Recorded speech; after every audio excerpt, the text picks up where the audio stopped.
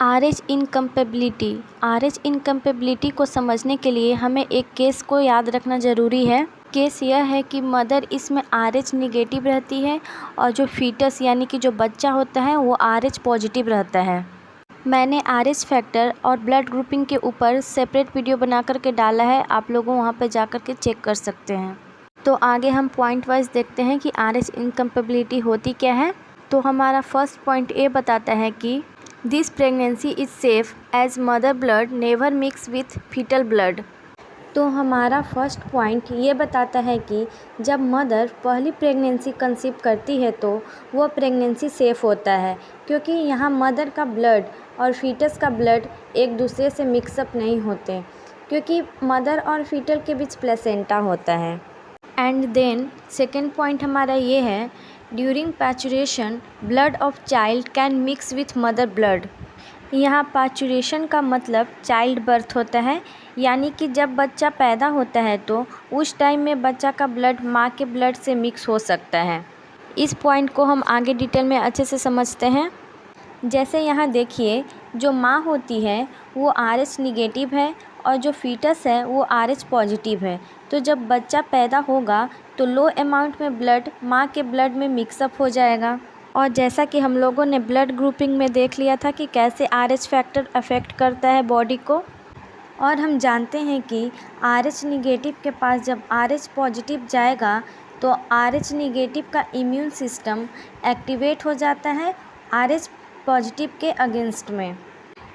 तो यहाँ पर बहुत ही लो अमाउंट में ब्लड यानी कि RH पॉजिटिव का ब्लड मिक्सअप होगा RH निगेटिव ब्लड के साथ, तो हमें ज़्यादा कॉम्प्लिकेशन देखने को नहीं मिलेगा। लेकिन RH निगेटिव का यानी मदर का इम्यून सिस्टम एक्टिवेट हो जाएगा। तो हमारा नेक्स्ट पॉइंट भी यही कह रहा है जो हमने पीछे बात की। तो देखते हैं नेक्स्ट पॉइंट क्या कहता है। पॉइंट है, as this amount is very low so no problem happen to mother and first child is also safe. यानी कि ब्लड का मिक्सअप बहुत ही लो हुआ है, जिसके वजह से मदर और फर्स्ट चाइल्ड जो है वो दोनों के दोनों सेफ़ हैं। एंड नेक्स्ट पॉइंट है, ऑल दो the amount of blood mixed is very low mother immune system yet form anti-RH antibody.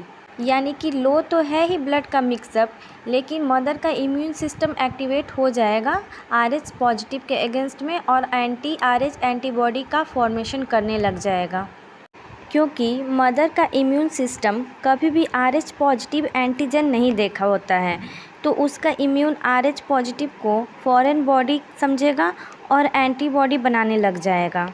पर यहाँ लो अमाउंट के मिक्सअप के कारण यहाँ पे फर्स्ट प्रेगनेंसी सेफ़ है, लेकिन जो सेकंड प्रेगनेंसी होगा वो सेफ़ नहीं होगा। तो इसको डिटेल में जानते हैं कि कैसे सेफ़ नहीं होगा। तो सेकंड प्रेगनेंसी में होता ये है कि जो मदर है वो RH निगेटिव ही है, लेकिन जो फीटस है वो फिर से RH पॉजिटिव हो गया है। यहाँ ध्यान देने वाली बात है कि जब सेकेंड प्रेगनेंसी में फीटस RH पॉजिटिव होगा तभी हमको RH इनकम्पेबिलिटी देखने को मिलेगी।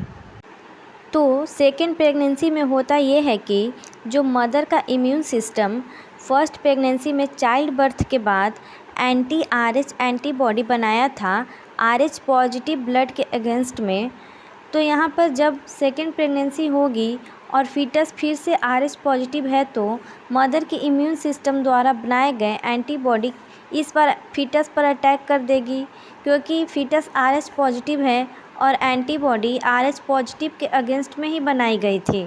तो हमें यहाँ पे क्लियरली पता चल जा रहा है कि जो सेकेंड प्रेगनेंसी होगी वो सेफ़ नहीं होगी, यानी कि जो सेकेंड प्रेगनेंसी है वो अनसेफ़ है। तो हमारा नेक्स्ट पॉइंट भी यही बोलता है कि ड्यूरिंग सेकेंड प्रेगनेंसी यानी सेकेंड प्रेगनेंसी के दौरान anti-RH antibody formed after first child birth.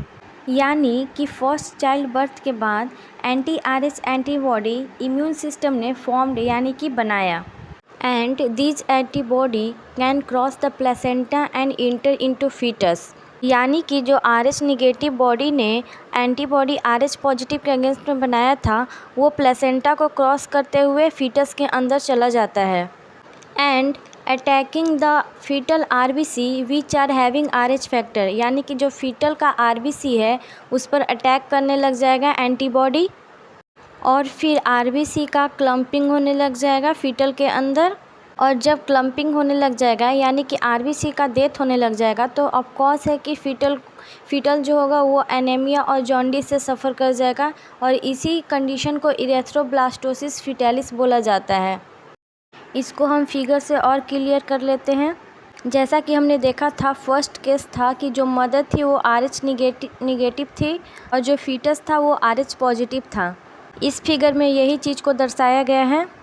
दूसरा फिगर हमारा ये है कि जब चाइल्ड बर्थ हो जाता है तो चाइल्ड बर्थ के दौरान उस टाइम कुछ लो अमाउंट में ब्लड मिक्सअप हो जाते हैं, जिसके कारण मदर का इम्यून सिस्टम एंटीबॉडी का फॉर्मेशन करने लग जाता है।